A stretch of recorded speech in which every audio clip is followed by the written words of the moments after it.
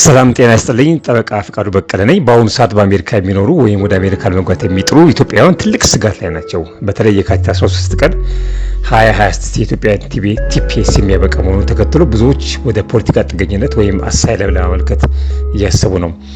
ነገር ግን ጥገኝነት መጠየቅ እንደቀድሞ ቀላል አይደለም። በትራምፕ አስተዳደር የወጡ አዳዲስ ህጎች ምንድን ናቸው? በዛሬ ቪዲዮ ዝርዝሩ እንመለከታለን። አንደኛ፣ የጥገኝነት ውሳኔዎች መታገድ።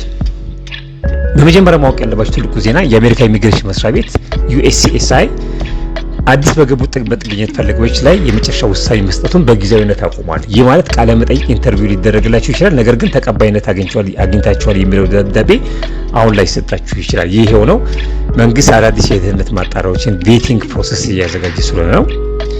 ሁለተኛ፣ የደቡብ ድንበርና የሲቢ ዋን መዘጋት በሜክሲኮ በኩል ለሚወጡ ወገኖቻችን ላይ ደግሞ ይበልጥ ነገሩ ጠንክሯል። ቀደም ሲል ቀጠሮ ለማስያዝ የሚያገለግለው የሲፒቢ ዋን አፕ አሁን ላይ አገልግሎት እንዲያቆም ተደርጓል። በተጨማሪም ሪሜን ሜክሲኮ ወይም ጥገኝነት ፈላጊዎች ጉዳያቸው እስኪታይ ድረስ ሜክሲኮ እንዲቆዩ የሚያደርገው ህግ በድጋሚ ስራ ላይ ብሏል። ይህ ማለት በድንበር በኩል ገብቶ ጥገኝነት መጠየቅ ካሁን በኋላ ዋስትና የለውም። ሶስተኛ፣ የቲፒኤስ መቋረጥና የጥገኝነት አማራጭ። የካቲት 13 ቀን ፌብሩዋሪ 13 2026 የኢትዮጵያውያን ቲፒኤስ ያበቃል። ቲፒኤስ የነበራችሁ ሰዎች ወደ ጥገኝነት መቀየር ትችላላችሁ። አዎ ትችላላችሁ። ነገር ግን የጥገኝነት ጥያቄያችሁ በእውነት በሀገራችሁ ስጋት ያለባችሁ መሆኑን የሚያሳይ ጠንካራ ማስረጃ ሊኖራችሁ ይገባል። ያለ በቂ ማስረጃ የሚቀርብ ማንኛውም ጥያቄ አሁን ባለው ጥብቅ ህግ ውድቅ የመሆን እድሉ ከፍተኛ ነው። አራተኛ፣ ምን መደረግ አለበት?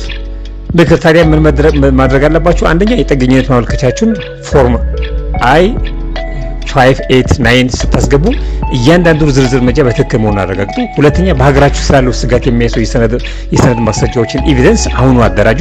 ሶስተኛ፣ በተቻለ መጠን የህግ አማካሪ ጠበቃ ለማግኘት ሞክሩ። ምክንያቱም አሁን ያለው የኢሚግሬሽን ፍርድ ቤት በጣም ጥብቅ ሆኗል።